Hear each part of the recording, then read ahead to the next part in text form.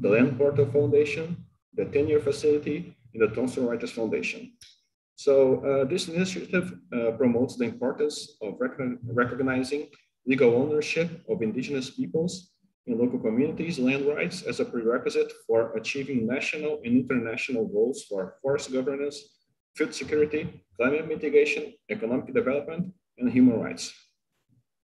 So the Land Dialogue series will run once a month until October, with each webinar tackling a different topic. I'm Fábio Teixeira. I'm the correspondent for Thomson Reuters Foundation in Brazil, and I'm delighted to be your host today. So we have a fantastic panel who I will introduce to you shortly.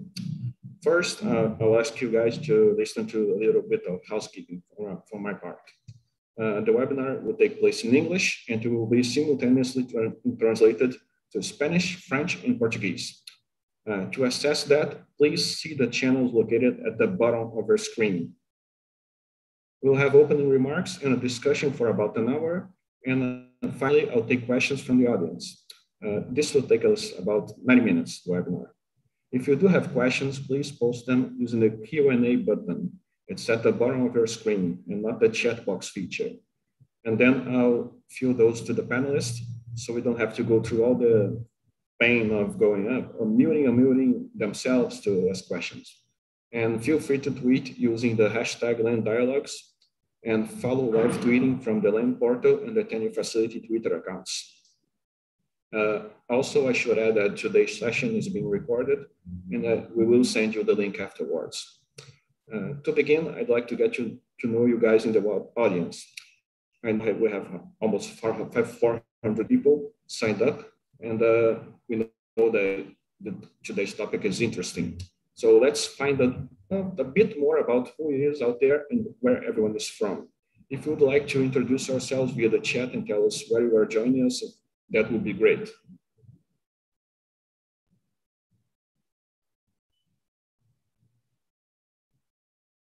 Okay, thanks very much, everyone.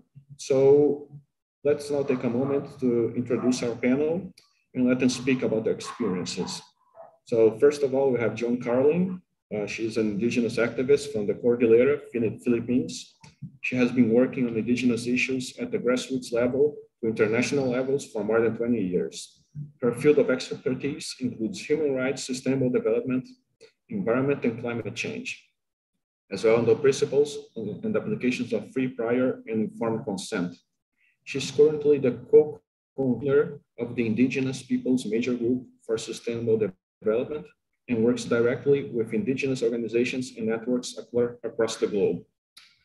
Next, we have Ikau Angelei. Ikau is an environmental activist. She is co-founder and director of Friends of Lake Turkana, a grassroots organization that seeks to foster economic and environmental justice in the Lake Turkana Basin. Ikau completed a master's degree in public policy and political science at Stony Brook University in New York. In 2012, she was awarded the Goldman Environmental Prize for her voicing on behalf of Northern Kenyan indigenous communities about the environmental implications of the Gilby-Gibb Third Dam. Next, we have Athena Ronquillo Ballesteros. Athena is the Managing Director of Global Climate Strategies for the Climate Leadership Initiative that leverages her deep climate expertise and extensive global network to guide new climate philanthropists to outsize the impact. Athena, please, I'll let you guys know that Athena will be joining us for the first hour of this conversation, and we will answer questions via email. We'll share her contact information on the chat box. And finally, we'll have Marcelo Guerra. Marcelo is the president of CONAPIP, the national coordinating body of indigenous peoples in Panama. CONAPIP is working with indigenous authorities and the government to advance the territorial security of the indigenous peoples of Panama. Okay, now let's get into the Q&A.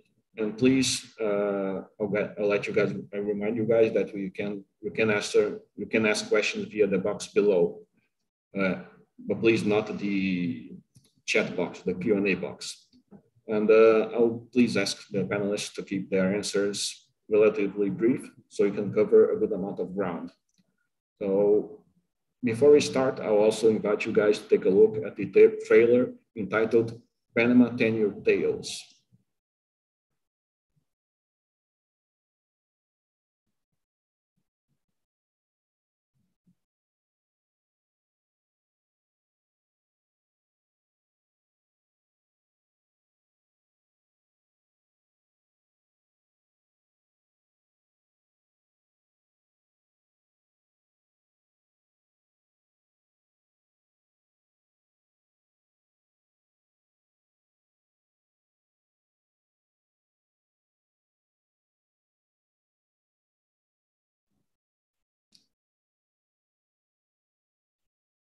Sorry guys, I realize I'm not hearing any sound from the trailer.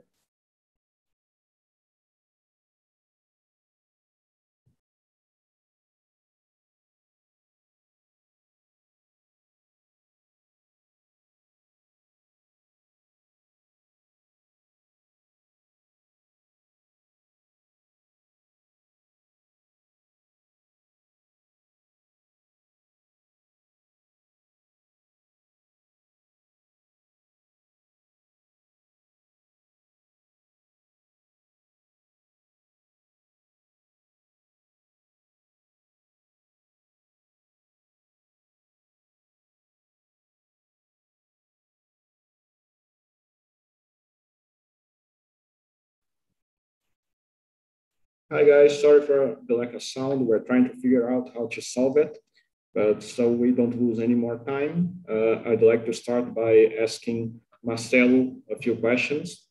And Marcelo, can you hear me okay? Sí, le escucho, le escucho, le escucho. ¿Aló? Okay. Le escucho.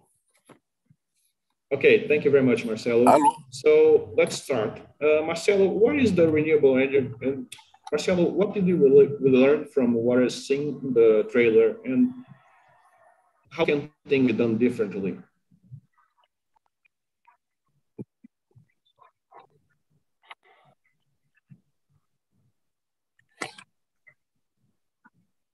Marcelo, are you there? Bueno, muy buenos días.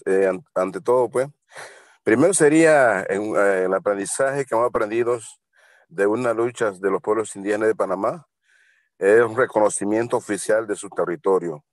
Cada pueblo defendemos nuestro territorio y es una lucha bien larga que hemos tenido y que hasta el momento pues seguiremos luchando, y las áreas que están todavía no están titulados y queremos la seguridad para ello. Y bueno, a través de TF apoyos, nosotros no hemos estado avanzando para darle, para darle y tener esos derechos hacia nosotros los pueblos indígenas. Por otro lado, pues también reconocimiento oficial de nuestra tierra, que es importante porque de ellas vivimos, de ellos comemos, y por eso que, por lo tanto, hemos visto la seguridad y el aprendizaje que hemos tenido en este momento, una lucha bien larga y bien, no ha sido duro para nosotros como pueblos indígenas de Panamá. Sí. Y también, una parte también, en el tercer lugar, sabemos que ha sido una presión, y la presión es también de gobiernos hacia los pueblos indígenas, las invasiones de parte de los colonos también, pero gracias a eso pues nosotros hemos estado desarrollando en ejercicio conjuntamente para poder en la unidad de los pueblos indígenas y tener la seguridad territorial. Y en Panamá pues existen 12 congresos y 7 pueblos indígenas. Cada uno de ellos nosotros nos unamos juntos para poder buscar la alternativa de la seguridad territorial de cada uno de diferentes comarcas y diferentes sectores indígenas que hay en Panamá. Esa sería la parte que queríamos explicarle.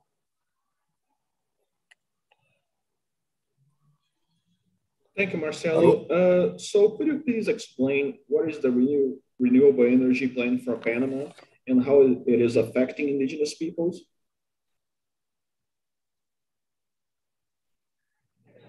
Bueno, primer lugar, la demanda energética en el país ha sido en aumento. Primero, la generación impulsada por combustibles fósiles y cada uno de ellos hemos visto situaciones que realmente en tres hidroeléctricas que hay, energéticos que hay en Panamá, y algunos recientemente, creo que está también en la comarca Renewable, dentro de la frontera, y el otro está en la comarca Nazos.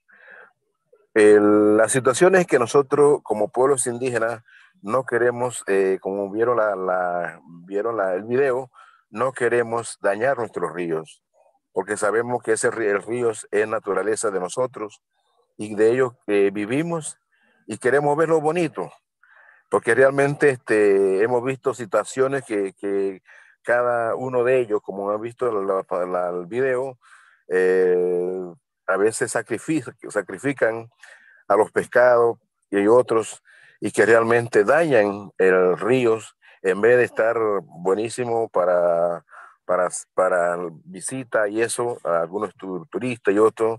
Pero entonces cuando empezamos o se empieza a hacer hidroeléctrica en esa parte, entonces ya dañamos el río. Y por lo tanto, pues hemos visto en Panamá que es una situación bien complicada y que también en el pleno o en la misma comunidad y no le dan esa oportunidad y tampoco, sino siempre se llevan a la energía para otros países y nosotros quedamos, el tiempo queda afectado a nivel de nosotros.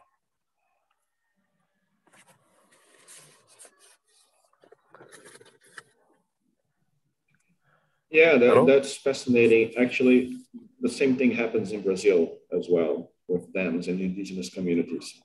Uh, so, finally, Marcelo, what do you think needs to happen at a Sí, national level? Sorry? bueno, sí, lo que ocurre, ¿qué tendrá que ocurrir en Panamá? La lucha es grande a nivel de los pueblos indígenas, como el caso de Bayano, que está dentro también, creo que una demanda. Y ocurre que a veces ya se pierden las luchas, se pierden el interés de realmente la entidad, y principalmente la cultura también en el pleno. Entonces van pasando y eso es lamentoso porque realmente los pueblos indígenas nosotros no queremos que eso puede pasar y que eso puede carecer poco tiempo, las pérdidas de los peces y la pérdida de otros, y por lo tanto hemos pedido al gobierno y principalmente los pueblos indígenas también, hemos visto que también en Panamá el tema de la que no se ha hecho es la ratificación del Convenio 19 y Panamá no lo tenemos. Y así, bueno, el gobierno no quieren darle ese derecho para nosotros, para como entonces, por lo tanto, puede ocurrir que esto puede ser hasta una demanda a nivel de esa parte de los pueblos indígenas. Panamá podemos hacer eso.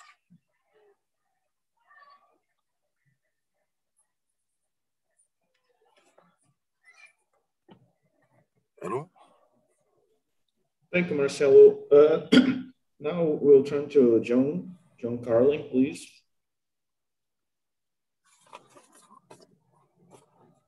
So, John, can you tell us a little about the implications of renewable energy development to land and resource rights of indigenous peoples in terms of challenges and opportunities, considering that this is critical in combating climate change and achieving sustainable development for everyone?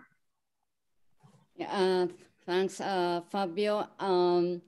The implications of renewable energy to land tenure of indigenous peoples is profound, especially as it poses a serious threat to the exercise and protection of our rights over lands and our resources. As you have seen in the case of Panama, as presented by Marcelo, their riverine system, which is their resource, is under threat for destruction by hydro dams, which is part of the renewable energy. And we also see these cases of land grabbing happening in Mexico in the case of windmill farms, also in the windmill farms in Norway and in Kenya. So land grabbing is now becoming a common problem, a common challenge because of the imposition of renewable energy in indigenous territories. But I must say that we are supporting the just transition from fossil fuel to renewable energy. It's not that we are opposing renewable energy per se. The problem is that if it's being implemented under business as usual instead of being being a transformational shift in a way that it respects the rights of communities that are hosting this renewable energy. And if we talk about indigenous peoples, this means that there should be the transformation that we want to see from the just transition, if we are to make it as under a human rights-based approach, is to ensure the protection of our rights to our lands, territories, and resources, our right to manage also our resources, including the respect for our self-governance systems, and also to ensure that our sustainable livelihoods are protected. So these are imperative if we are to shift from fossil fuel to renewable energy. And once we do that shift, then indigenous peoples are enabled to better manage our resources and also provides more support to sustainable livelihoods and also the empowerment of women in harnessing our resources to benefit communities. Thank you, John. Another question for you. Could you tell us a little bit about your initiative, the Right Energy Partnership, and how it can be a model for human rights-based approach for advancing energy transition? What are the goals of this partnership?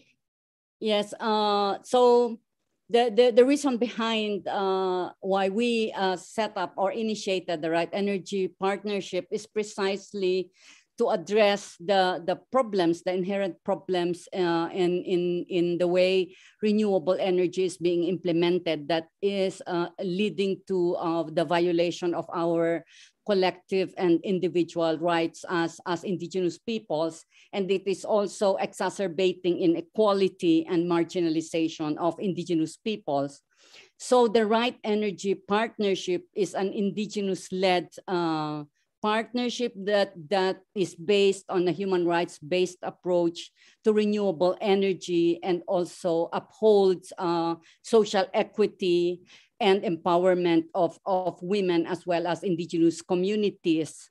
So the goals are, one, to ensure that energy development in indigenous territories fully respects and fully aligned to the respect and protection of human rights.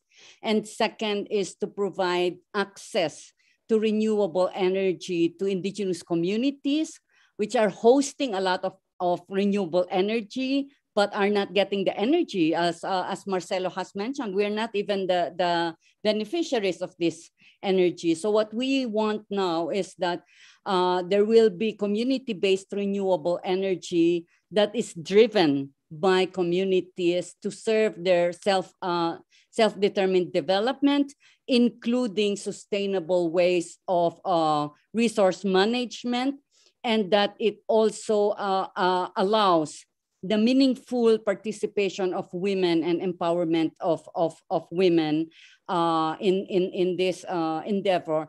I must, perhaps I want to mention here that in the negotiations on renewable energy or clean energy for all, what was, there's a lot of commitment, for example, on efficient cooking fuel, because they said that would liberate women from this kind of work.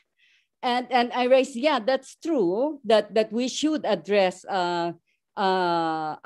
cooking, making cooking efficient, but at the same time, we should also not tie down women to cooking, because cooking should be a responsibility for men and women. And that's precisely the problem, that if we continue to domesticate women for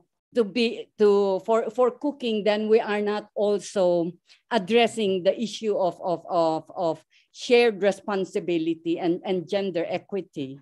So I mean, I just mentioned that because for me, it's really when we look at the issue of energy, we should also be mindful that we are indeed empowering women, particularly that they participate in decision making, so that their perspectives and aspirations are also fully accounted. Thanks, John. That's fascinating. So as COP26 is approaching and leaders across the world are taking decisions to implement the Paris Agreement, what are the messages to them in relation to land tenure and energy transition for indigenous peoples? I think it's important to hammer that we cannot effectively address climate change without the protection of land tenure of indigenous peoples. And we cannot continue to be talking about false solutions to climate change. For example, carbon trading under nature-based solutions, when we are not providing the enabling environment for indigenous peoples to continue to contribute in protecting our planet, protecting biodiversity. And that is underpinned by the need to ensure protection of the rights of indigenous peoples to lands, territories, and resources. And that indigenous peoples should be regarded as actors, rights holders, and partners in finding solutions or advancing solutions to climate change, and that we should not be regarded as enemies. And that is really the narrative that we want to change, that we as actors and as rights holders be part of the decisions, but also be in the driving seat with the protection of our rights, especially our rights to our lands, territories, and resources, and our well-being and our dignity. Thanks very much, John. So, Athena? Fabio, can I weigh in on the COP question? Sure. Goes to The Joan. floor is all yours. Just like with Joan and I think a few others, some of us have been following this process from both the inside and the outside. Well, first of all, thank you everybody and good morning from my side of the world. I think just on the COP question, this is probably one of the few opportunities where I know, and it will be announced publicly, but I think some of you are aware that there's a very big effort on the part of indigenous peoples coalitions from all over the world, led by many of the leaders who are on this call, with philanthropy and a few champion governments, as we call them, to make sure that there is, as nature-based solutions, as climate finance, as energy transition commitments are announced, that there's also a big package of work that is really centered on the role of indigenous peoples and communities to protect their land and territories while meeting sustainable development and climate goals. And I think this is what used to be an impossible vision may be happening at this COP, but it will require this group's collective work and push to make sure that whatever resources or attention or technical support and capacity and other kinds of data and research commitments are presented at the COP, that centers equity and justice amongst all things, and that indigenous communities and vulnerable communities from the most vulnerable countries in the world participate and have a voice and space in those announcements. So I just want to flag that as a major opportunity. I also want to respond to, I don't know if the other panelists are seeing the questions. There was a question around interactions between indigenous peoples and businesses when considering ESG and corporate social responsibility. I want to tell you that obviously there's a tension there.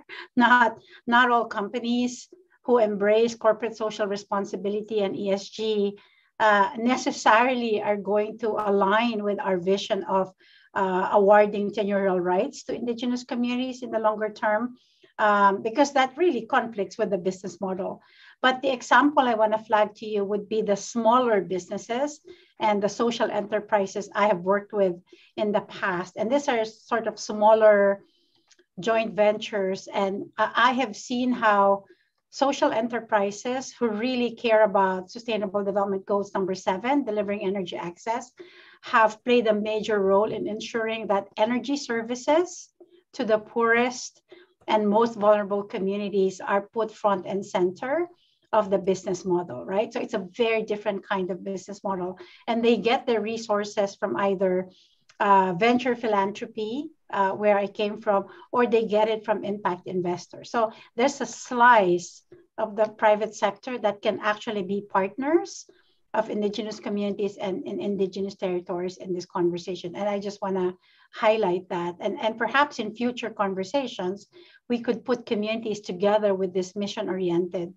social enterprises, because their business model is really meant to benefit communities, particularly women and children in highly vulnerable areas of the world. And it's a very different business model from some of the companies that Johan is alluding to. Thanks, Athena. Let's keep going with you then. If I could ask you a question about the lessons we can learn from other communities that have participated in renewable energy planning, and what other indigenous peoples can draw from those experiences. Yeah, so I think I have 3 or 4 quick lessons that I've learned as a practitioner on renewable energy, on climate and finance.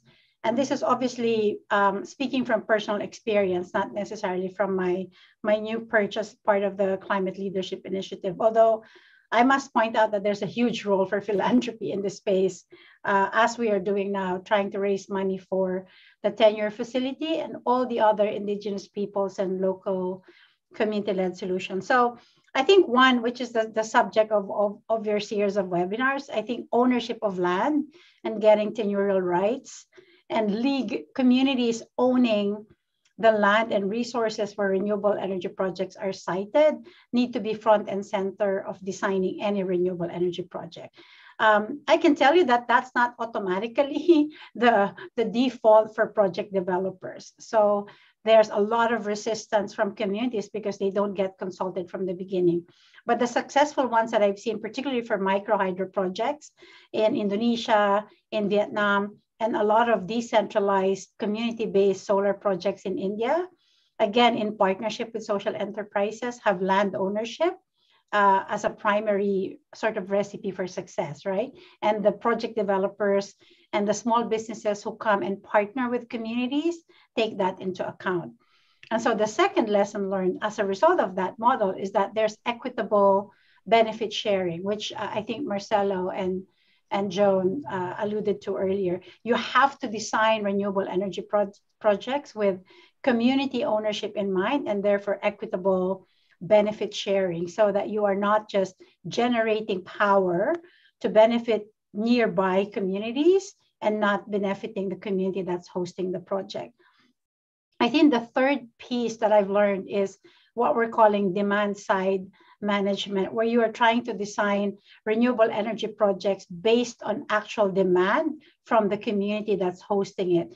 This sounds very simple, but we've seen, particularly in large scale hydro and traditional fossil fuel projects that earlier speakers have alluded to, that they developed the project from very outdated GDP-based energy policy and planning models. And they would say, oh, this community needs 500 megawatts of hydro. Well, no one has bothered to ask what the actual demand is from the communities in the area and what future ventures in that area, what kind of power demand is needed. Usually it really just comes from the top. And the ones that are designed, I think one of my favorite examples is actually in the Cordilleras, led by a group called Sibat, where a series of micro hydro projects, very small, 5 kilowatt projects, benefiting 25 households, and there's a series of them, is so successful because the system is designed to meet the community demand, right? So it's not top down. And then finally, I think what I would say as another lesson learned is that indigenous communities and social enterprises working together have to build an ecosystem. I call it the surround sound of stakeholders and partners who will make the projects successful. And I think the 2 or 3 partners that you really have to keep in mind. One is obviously you have to have your energy regulators or your champions in the utilities to allow you to build the kind of projects that you want to build. To take the Panama example, they have a very strong voice and they can influence energy policy and planning officials and regulators to make sure that the projects are designed and given incentives based on what indigenous communities are demanding, not based on what the corporate interests are demanding them to do. And again, that's very difficult, but it only comes with, collective action from different responsibilities. The other 2 stakeholders important as part of your building that ecosystem would be the local businesses and the entrepreneurs who are mission oriented, because indigenous communities know how to manage and protect their land, but they haven't been exposed to some of the technologies that will ultimately benefit their people, right? So you have to partner with the right people who have done their best to diligence the technologies and the process of building the systems with ownership in mind. And finally, you have to work with a set of mission-related investors because the projects will not have any form of sustainability and longevity if you don't partner with mission-related financiers and investors. Thanks, John. I think you already talked a little bit about this, but could you expand a little bit on what national, international partners can do to support the role of indigenous people in curating and implementing renewable energy projects? Yeah, I mean, I alluded to this earlier, but I would highlight 2 or 3 really important partnerships. I mean, one, a few of you have already mentioned Sustainable Energy for All as an intergovernmental body. In order for indigenous communities to really be heard loudly and more powerfully, you need to own some of those energy compacts, right? And Joan, you know what I'm talking about. It's like we have to lead by example, because if we don't push the kind of business models that we want to see for our communities, it's not going to happen. So you need to make sure that you are partnering with the right champions from intergovernmental bodies, whether it's IRENA, the International Renewable Energy Network, that has a very bespoke program for indigenous and vulnerable communities, by the way. The Sustainable Energy for All, which are now developing energy compacts with different stakeholders. And obviously your own government champions. We don't always have government champions in many parts of the world, but in many places we do have some friends in government, friends in regulatory agencies. That's one. I actually think we in philanthropy have a role to play. Again, Ford Foundation is a big supporter of all your work. We are your best source of early stage, de-risking project development capital, because we are grant makers. We don't ask for a return on investment, and we take risks, especially for projects that involve indigenous communities, because there's a lot of political risks, technical risks, sovereign risks. None of your private sector partners will be able to do that. So you have to be able to tap philanthropic support. And then finally, I cannot overemphasize this, but in any part of the world, there is a cadre of social entrepreneurs, and tap into them, tap into the diaspora and social enterprises. I actually wrote a piece on this together with some friends a couple of years ago called Community-Based Business Models with Social Enterprises. And I'm happy to share that with the audience. But two things I've learned: most of the founders of social enterprises for renewable energy are members of the diaspora, right? So these are Indian, Filipino, Southeast Asian, African, Latino entrepreneurs who have gone abroad to study. They all come back and they all develop their own startups that are mission-oriented. Those are your best partners because they know how to deliver the technology in ways that will actually benefit. And again, they will have to work with financial institutions. So there must be local banks, development banks, impact investors, and venture philanthropists and venture capitalists who are willing to take risks and have a smaller return of investment because they know they're doing mission-related investments. Thanks so much, Athena. Hi, Kyle, can you hear me? Yes, Fabio, I can. Oh, thank you. Oh, hello. Sorry, Kyle. Could you please talk a little bit about how your country, Kenya, is being affected by the renewable energy plan that they have and how it is affecting indigenous peoples? All right. Thanks, Fabio, and thanks. Good afternoon, good morning to my fellow panelists and for those who've joined us. Thank you for joining this important conversation. I think for Kenya, for East Africa, for the African continent, there's just a mix of conversations. So yes, on paper,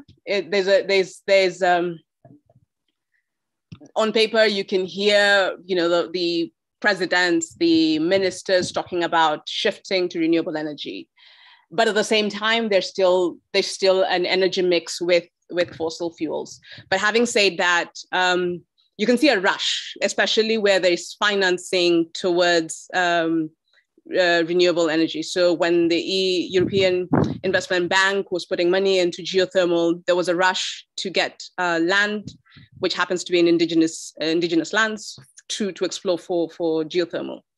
When there was an interest in the largest wind farm in Africa, the Lake Turkana wind farm, there was a rush, which then in many cases, because of this conversation of shifting technology, as Athena was talking about, the technological part, the rush to move, to transition the technology from fossil fuels to renewable, there's, let's say, a watering down of safeguards, of processes. So while there's a demand by financial institutions like the European Investment Bank for free, prior, informed consent, you see that being ignored under the term public participation.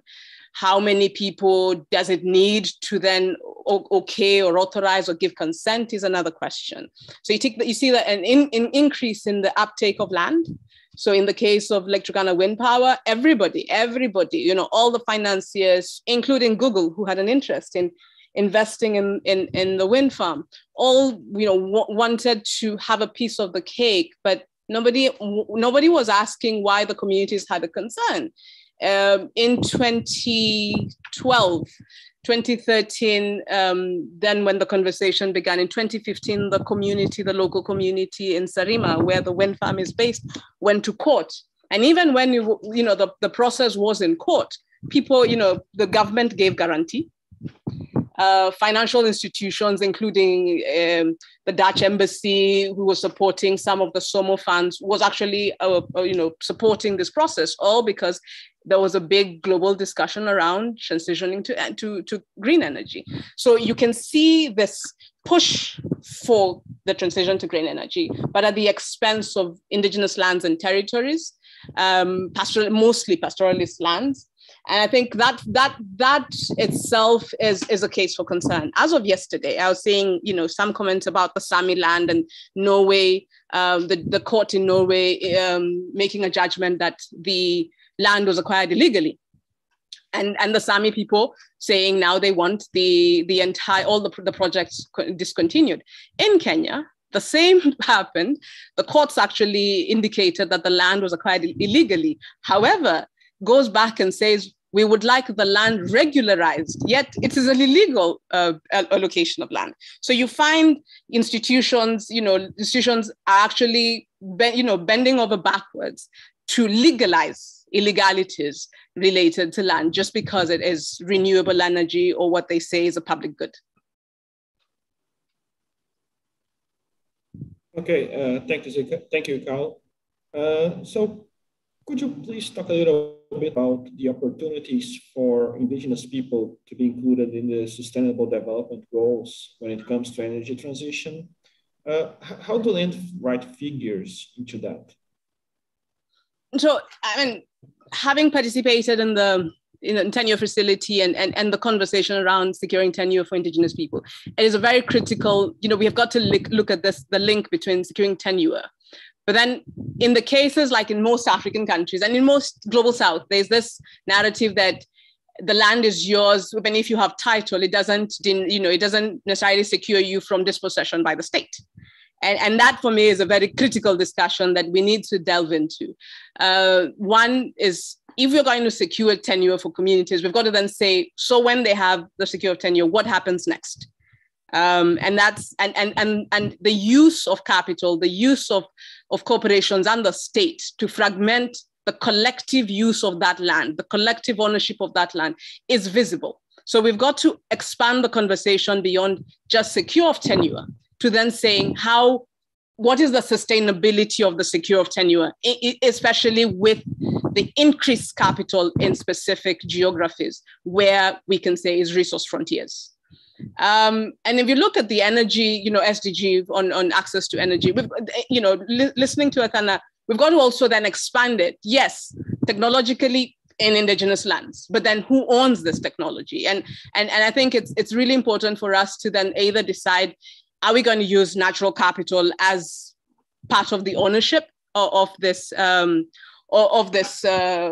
energy development on our lands? Because listening to the Panama situation, even here whether it is hydroelectric power, whether it is the wind farm, it is the generation is done on indigenous and local communities, lands and territories, but it is transmitted to a central grid.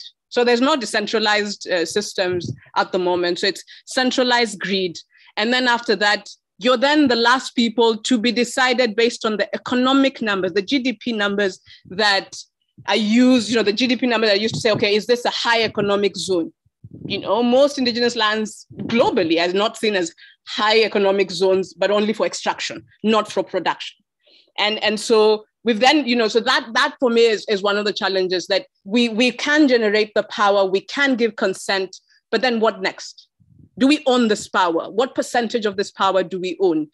And because we really are not at the center of the conversation, we are then thrown at corporate social responsibility, a school, a toilet, a water point, which in fact should be state provided.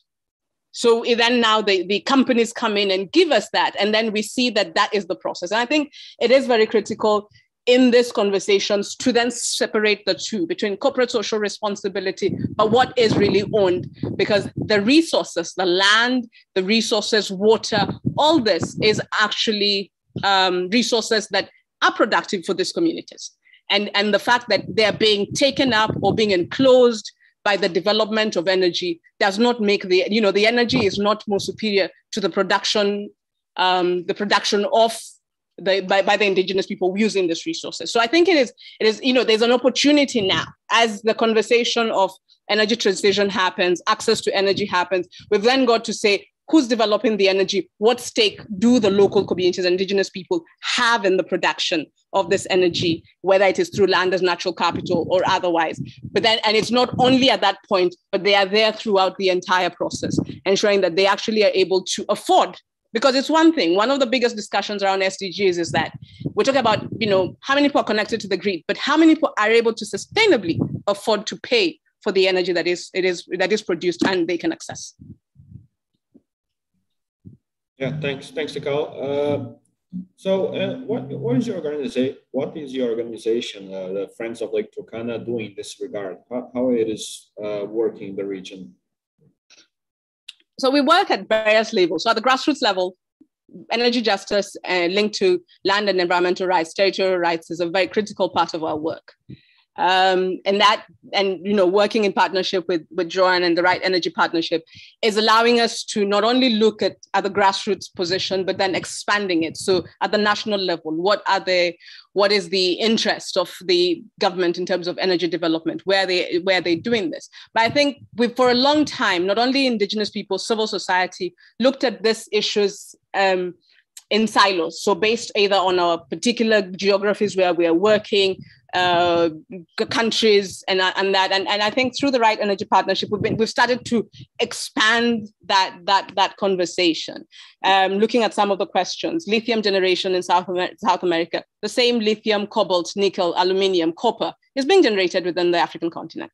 So as much as we are talking about this, it's trying to link the voices to look at what is the political economy around analysis of energy generation, distribution, who is actually pushing this agenda, and the local communities who own the lands and territories, where are they in this conversation? But also looking at it not only from wind and others, but also looking at the cost, because there's a cost of land, there's a cost of livelihood, there's a cost of water, there's a cost of displacement because of the renewable energy transition. And we've got to start asking ourselves, who's bearing the cost? While globally we will talk about what has happened, what would happen, reduction in greenhouse gas emissions, yes.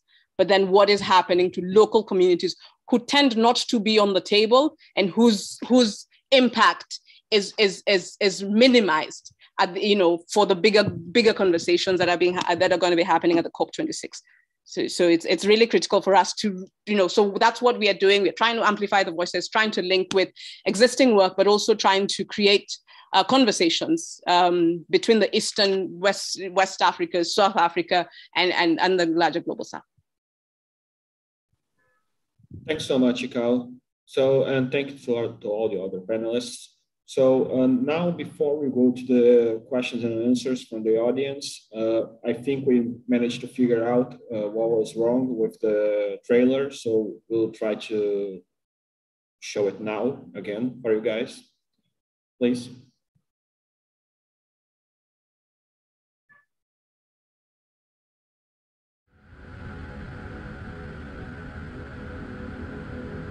Hemos luchado desde 1973, una lucha muy grande, pero pues hemos logrado nuestra comarca y nos sentimos tan orgullosos. Casi 2 años de obtener los títulos de propiedad colectiva de tierra, consideramos que es importante ya iniciar con un proceso que va paralelo a la protección del territorio, encaminada en búsqueda de mejores condiciones de vida. En el Plan Nacional Energético del Gobierno encuentra 4 puntos en la cabecera de este gran río para la construcción de más hidroeléctrica.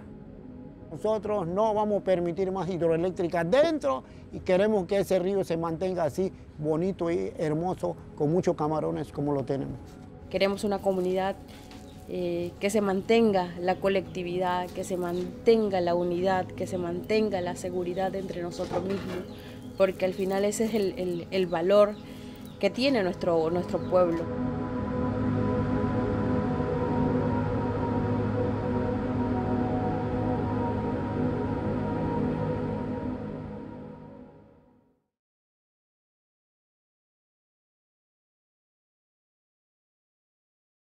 Thank you. Second time is the charm. So, hi, John, do you want to speak? You're muted. I was just raising my hand to respond to some of the questions. Sure. I'm ready to respond to some of the questions in the chat. Yeah, actually, the first questions to you, I'll just say it out loud for the other people to hear. So given the myriad challenges and threats to indigenous people's rights, when considering the realization of large-scale energy projects, how can voluntary local reviews complement voluntary national reviews in ensuring equitable implementation and realization of the SDGs and protecting indigenous rights while states advance the renewable energy transition. So that's for you, and that's a complex one, I guess.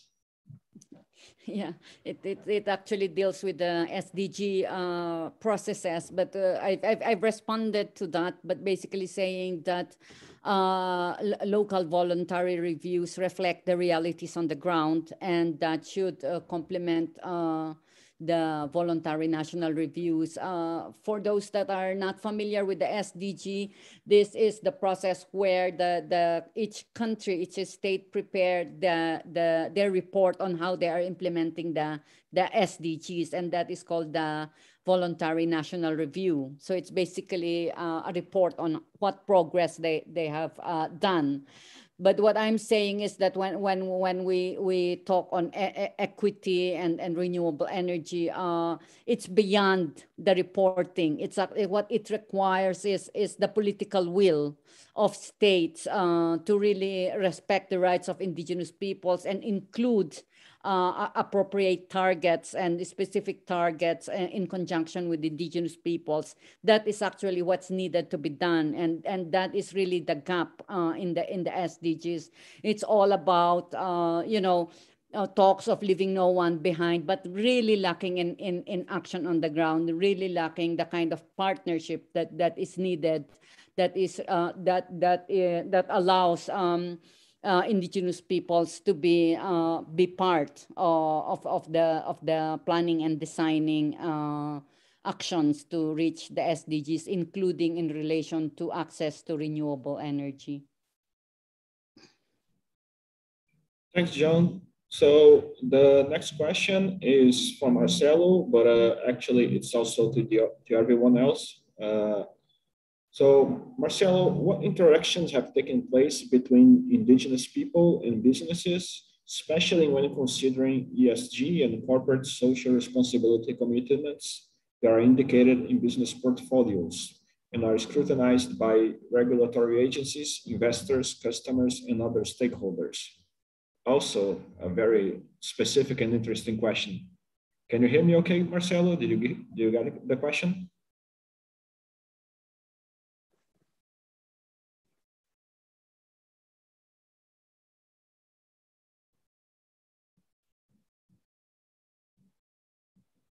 Marcelo, can you hear me? Hello?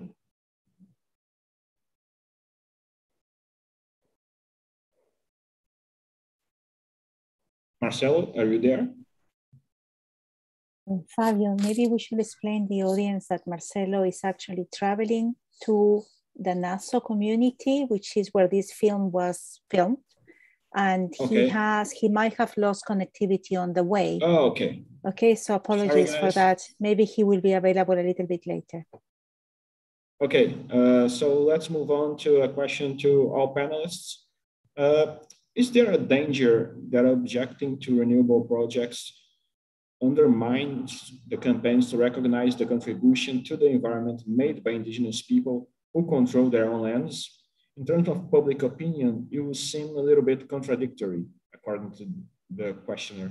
If I could start with Ikao first, please. Thank you. I do not think that asking for things to be done right is in any way contradicting. I think for me, I think it is an opportunity. We've always rushed and given sort of like the decisions, the development ideas is really for corporate.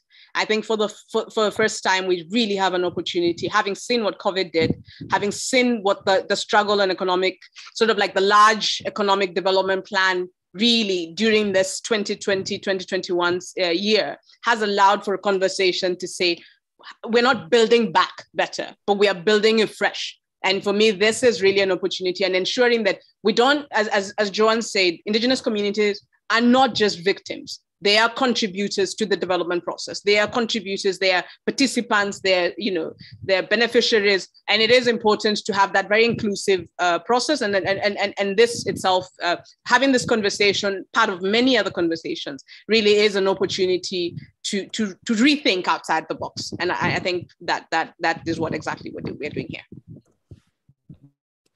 Thank you, Carl. Athena, I know you have to leave in a little while, but if you could also weigh in, since you're here with us. Sure. I mean, Ikal has said many of the points, but just to underscore 2 or 3 things. One is that I think whether we like it or not, there will always be a tension about the tension between corporate interests and indigenous communities, and I must say other vulnerable communities' interests. They just don't go together. They're not aligned, right? Because the interests and the outcomes that each of these stakeholders seek are completely in contradiction with each other. It's profits versus people, right? It's money versus land, right? It's wealth versus human rights and indigenous rights. So it is, I must say very frankly, from a personal perspective, that's irreconcilable. I don't know why that's very difficult for me to say, because it's a very difficult concept. But let me just tell you that I think, and this is to answer 2 or 3 other questions in the thread, Fabio, if you allow me, because I have to go soon and Joan and Ikal in the panel can pick it up.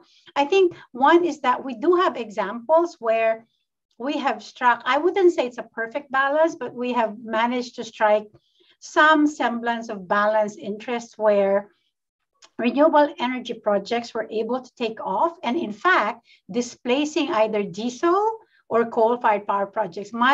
My province in the Philippines is an example, Negros, right? They're not necessarily indigenous communities, but the people have spoken and said, we don't want a series of 50 megawatt plants.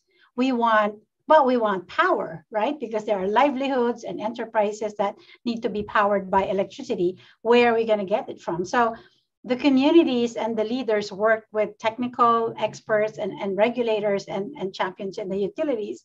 And they manage, with support from organizations like ours, to kick out all the vested interests, corporate interests pushing for coal, and instead are building a series of wind farms in properties and land owned by peasants and local farmers, right? But the way, Ikal's point is very important, the way the whole process of consultation and benefit sharing and procurement of not rights, but joint ventures was done in a very participatory way. And so the design of the project, the curation of the renewable energy projects, put communities' interests at the center of it all. And therefore, it avoided a lot of the mishaps. Now, this is a very difficult thing to model when you're doing large-scale energy projects, particularly large dams, large oil and coal-fired power plants. And therefore, there was also a question here around how do you make sure that FIT, which is feed-in tariffs, or RPS, renewable portfolio standards. And sorry for the people who are not energy wonks like us, that there's a lot of acronyms in this event. I'm happy to explain them to you offline. But I think the lesson there is that the interventions and the kind of influence strategies that our community needs to think about at the local level is somehow very distinct from when you're fighting the big fights at the national level. So in that video, you saw Marcelo and the partners challenging a national energy plan that is not responsive to their communities. That's a very difficult but potentially winnable fight. And one example I gave on the chat is when communities come together with consumer groups, with parliamentarians, with media, basically the constituency of groups represented in this call. If we all come together and push our governments who are going to the COP and say, you are going to commit to a ratchet mechanism to increase your ambition through your nationally determined contributions or your national action plans, you have to make sure that renewable energy targets contained in those plans actually benefit indigenous communities and the most vulnerable and poorest in our community, especially during and post-COVID. And that's not necessarily the case. So indigenous communities and coalitions alone will not win that fight. We're going to have to work with a coalition of partners in order to do that. I would say it's much, much easier to see, well, not much, much easier. It's a little bit easier to see progress on the ground in specific territories, because especially when you already have tenurial rights, because you have the #1 recipe for success, which I mentioned earlier, Fabio, which is ownership of land. If you own the land and resources, you should be able to tell any corporate interest and government interest to design and curate the projects based on what the communities need and actual demand. You could control the conversation because you're already, you're already at the front seat. But that's very difficult to do at the national and global setting. So I just wanted to differentiate that those two interventions and influence strategies from our end as civil society are quite distinct. John, anything to add to that? Yes, I just want to add another, there's a question on inspirational success stories. So since Athena has covered the good, the models or the good practice in the Philippines, I would just like to cite the ones in Malaysia. It's more community-based renewable energy, combining solar and micro hydro. And the interesting, and this is in Sabah. And the interesting thing is when they develop the micro hydro for the energy needs of communities that also supports their livelihoods, and it's not just having light in their houses. It also led to better protection of the watershed, because the people realized that they need that water so that they have continuous source of power, of energy, and thereby they made regulations on how to better protect the watershed, and they have also learned how to manage the community, to manage the micro hydro. In a way that the community are able to collectively decide as well on how to manage to maintain and generate some income, and how to manage that income for the benefit of the community. And that kind of development is now being implemented all over in Malaysia, and now they are helping communities in Indonesia to build their micro hydro, transfer the knowledge. So in the language of other people, they call this the South exchange, that we are learning from each other, the indigenous knowledge. And by the way, they make micro hydro from recycled materials, aluminum. So they produce, it's tailor fit. So they tailor the kind of micro hydro to what the community needs. So this has been now replicated in Sabah. And as Athena has mentioned, there's actually an association of small renewable energy, community-based renewable energy in Southeast Asia, and they're facilitating, exchange and lessons learned and skills, and that is really driving a lot of community-based renewable energy, because that is what fits community, as Athena has mentioned. It fits what they need, and so the solution is not necessarily big. And that's what we're saying. We don't have to go big. The solutions can be small, and that is more manageable, and it's more sustainable than, so we need to, as Ikal said, be out of the box, right? And really think what is the interest of communities, and how do they want to proceed with addressing their needs, including on the issue of renewable energy. Thanks so much, John. Actually, the next question is also for the panelists, but if we could start with you, John. It's about the efforts that are being made by indigenous peoples to receive compensation for the use of their natural resources, as well as access to the energy that is developed. perhaps in contract with locked-in rates over multiple years with incremental increasing rates. Is that something that is interesting to the indigenous people? I think Athena has partly responded. Yes. Oh, yes, Athena has partly responded to that question. But the model that is being done now for the return of I mean having benefits is the payment for ecological services, right? That communities that are providing ecological service get compensated for that.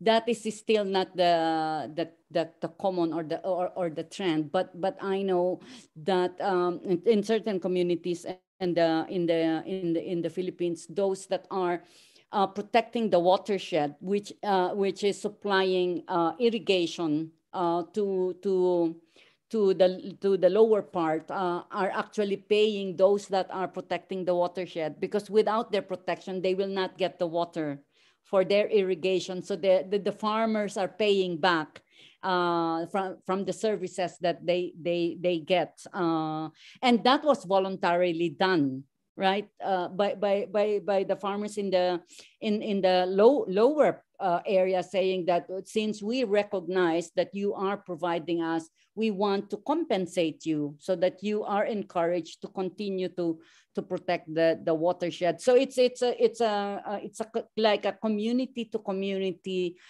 support in terms of acknowledging the kind of benefits that others get from the protection of ecosystems.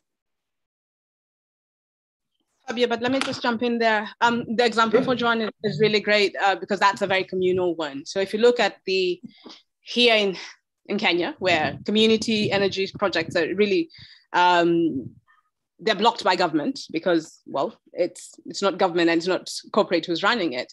So you see, one, the biggest question, even for all of us, is compensation for what?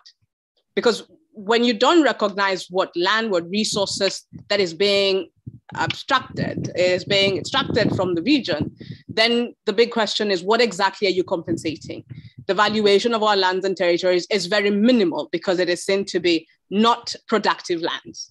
So it starts from there. If the calculation and the valuation of lands and territories is skewed against the communities, then the compensation, like in the Kenyan case, land valuation laws are being made so that because I do not have house or crops on my land because it is rangelands, it is grazing area, the land value is zero.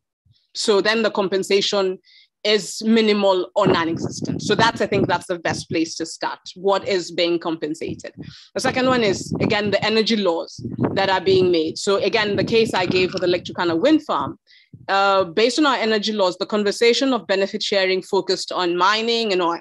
But then green energy, it is within the laws that it comes in through the green climate funds, green bonds, etc.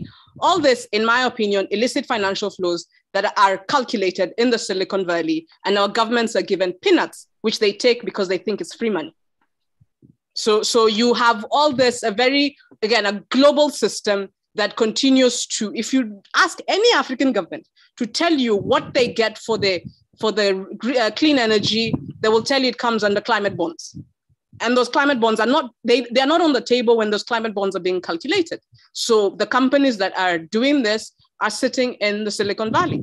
So again, we are still just recipients of something that we don't know what, because again, our own governments believe this is free land that has been given to a corporate company to develop energy that the government benefits from. What the community lost out of it is not there. What really the energy value is, our governments do not know. But then again, it's not in their geographies. It is a local indigenous community who's either lost their land and livelihood. So I think a lot of this compensations, we've got to start to ask ourselves, what exactly is being compensated, who is being compensated, and for how long? Because these energy companies, continue. If you look at the stock exchange, they're never in our countries, they're in the global north. They continue to go up in value. And then our value, our compensation is based on the land value as of today. And for the next 100 years, 5 generations from today, we will be compensating at the same amount, yet the value of those companies continues to go up. So when we think about compensation, we've got to ask ourselves, what exactly is being compensated and how is that calculation done? Thank you, Cal. Another question for the panelists. If you could please start, Cal. But the question is, we are seeing very limited implementation of the free, prior, and informed consent protocols and a variety of interpretations of this protocol by the people that are responsible for implementing it. Are those protocols helpful, and how can we advance a unified understanding of those protocols of free, prior, and informed consent? Cal, if you could start. Yes. Well, I feel that over time, the discussion on free, prior, informed consent has been weakened. We looked at it a lot when it came to the destructive projects. Then now with clean energy, it's sort of pushed aside, and there is a lot more that could be done on it. I think one thing we have to recognize is that free, prior, informed consent existed. And, before even it was passed by, it became a global principle and a global conversation. All our communities had free, prior, informed consent. How you access land, how you access grazing, how you access a shared water point was really through a principle of free, prior, informed consent. So if we see it from that perspective, I think it is supporting communities to continue and not see the engagement with projects, be they clean energy, be they government projects, as separate from. So I feel that that's a first place to begin. And then also the change, I think because we think it's a green project, it's a good project, there is a focus to reduce and say consultation, consent, and etc. Do communities really have a right to say no? That then remains, because then we keep saying free, prior, informed consent. Some governments have signed on to it. Many African global South governments have not signed on to it. But then we are never leaving communities to actually give consent. And the fact that because the projects are so timely because of some financing, we rush the process. And sometimes the civil society come in and want to rush communities because the consultation and the consent process within communities takes a longer time. But many of the organizations, because we are now either doing working, stakeholder engagement, all these big terms, we want to rush the process and to okay the fact that free, prior, informed consent took place, but mostly doesn't. And so I think that it is true and we need to do better. Yeah. Can I add, John?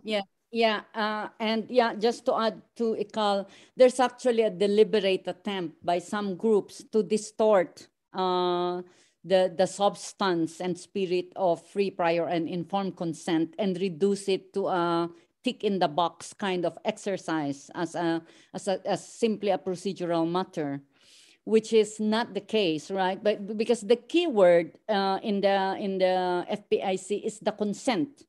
It's the consent that communities have the right to say yes or no to a project as a collective decision, which is different from consultation. And that consent, it should be sought as a free and before any project starts, and free, prior, and that decisions are made through right information. That's what it is, the consent, the decision. So we have to discern really on having a better understanding of free, prior, and informed consent. And the principle as well is that the final judgment on how this will be done are the communities that are exercising their right. It's part of their self-determination. Nobody can tell them how FPIC will be done. It's them to decide on how that will be undertaken, especially in the way they undertake their decision-making processes. And that takes time because communities have to deliberate on the information provided to them, on the pros and cons and other considerations. And that is the right of communities to do so. as part of the FPIC.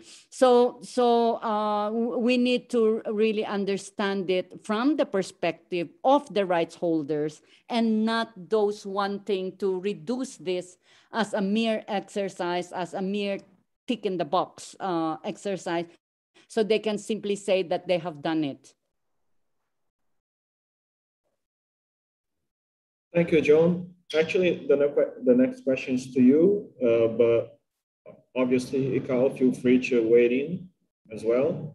The question is, how can you, if you could, talk a little bit, John, about the lithium mining for green energy, which has, according to this panelist, this questioner, wreaked destruction on indigenous peoples in South America and now has come to Nevada in the US.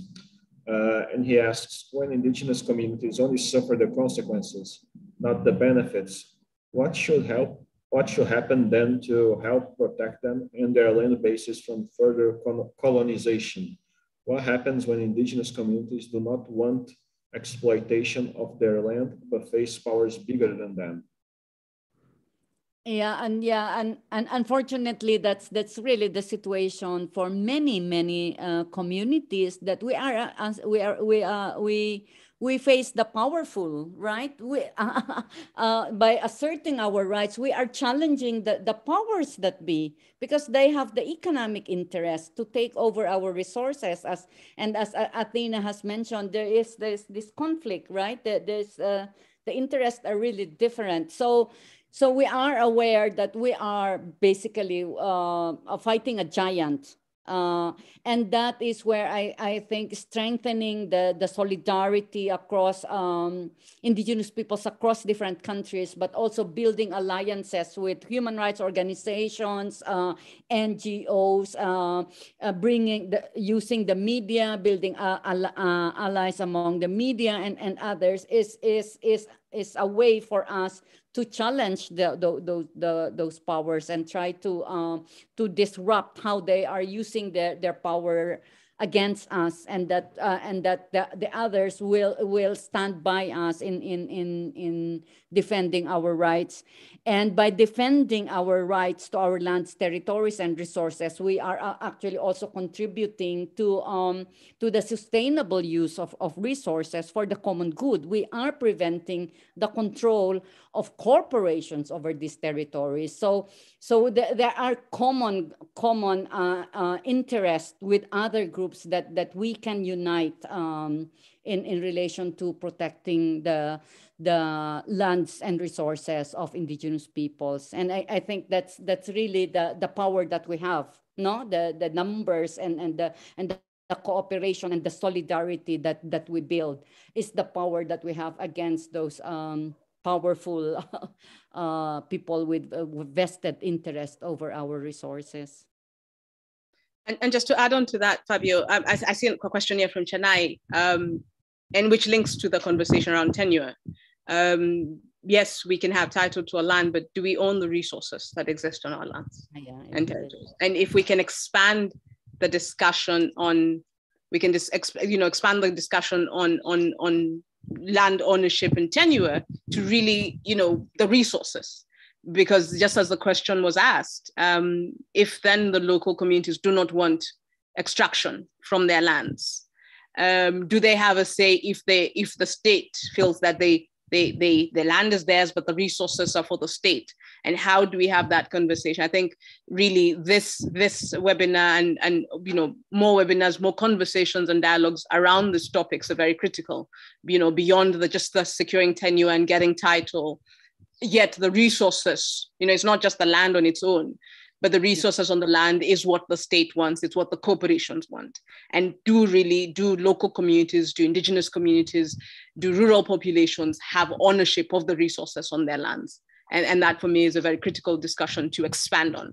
That way, communities can negotiate from a place of knowing, because many times they say, yes, the land is yours, but what's underneath is ours as the state or as public, or is, that discussion has also in many ways been used to fragment the collective within communities. And that's what is then the elite come in and become the negotiators for communities, because they feel that, well, since it can't stay here, somebody's got to benefit, and mostly the elites from the indigenous communities are the ones who benefit from it. Thanks, Ikao. I have one more question, and I think it's a very interesting one for us to end on. It's a comment, actually, and then a question. The comment is, in Norway, the Sami have won a major victory at the Supreme Court, and some of the Sami people are calling for the wind farm, which was constructed by violating their rights, to be torn down.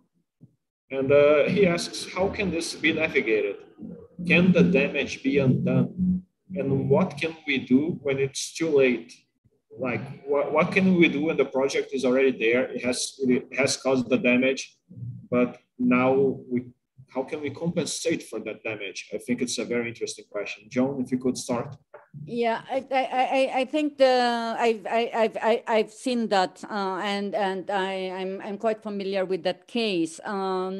The decision of the Supreme Court was based on the civil and political rights and economic rights of the Sami over their livelihoods, and that is in relation to the reindeer herding, and that is why the windmills are preventing them from doing their reindeer herding as a traditional livelihood. So now they are actually asking those windmills to be torn down so that the land can again be used as the grazing land for the reindeers. And that is still possible. That's why they want the windmills to be taken out so that they can restore the land as the grazing land of the reindeers.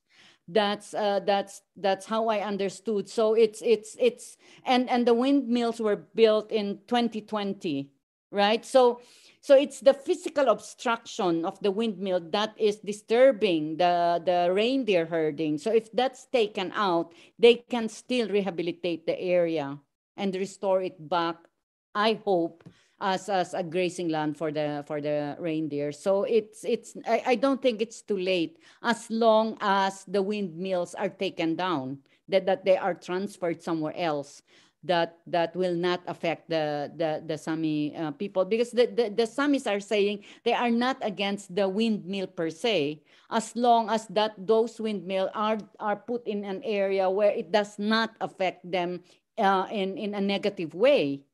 And there are areas in Norway where out there, it's a huge country, that they can put the windmill and nobody will be bothered by it. So that's why they are surprised that how come they built it in their reindeer herding area when there are other options to build it. So. Ikao, do you want to weigh in on this? On how do we fix when something has gone this wrong?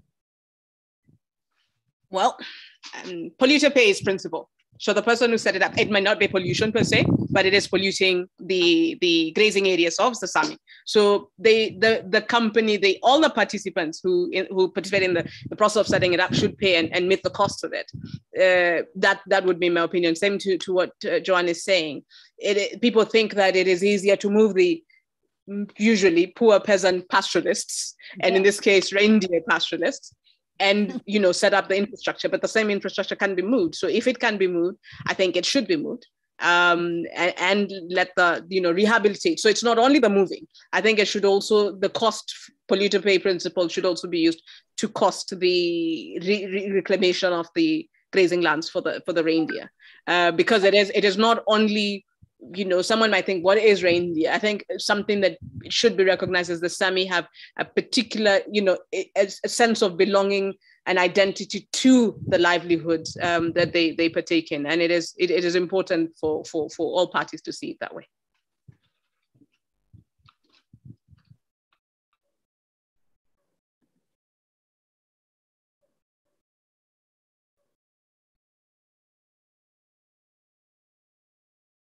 Fabio, I think you're on mute.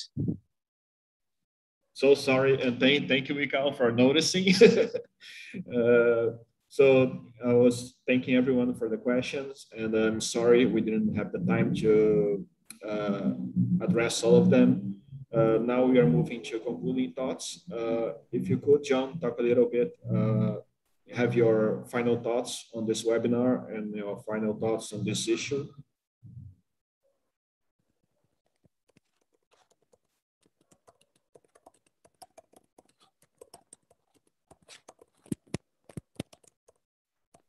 John, can you hear me? John, can you? Oh, sorry. I did not know that I was off. Yeah.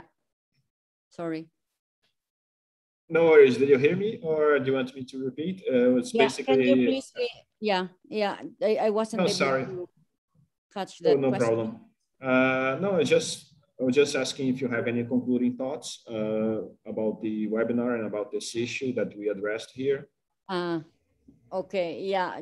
So yes, I think this has been a very interesting exchange, and there's a lot of issues to explore or to further get into, but I think it's really important to fully understand the issues around renewable energy and indigenous peoples, especially also how it relates to land tenure, to self-governance of indigenous peoples, but also in relation to solutions to climate change under the just transition and in advancing the SDGs. So I hope this discussion is just an initial trigger to more discussions and more conversation around this issue, and I hope we will be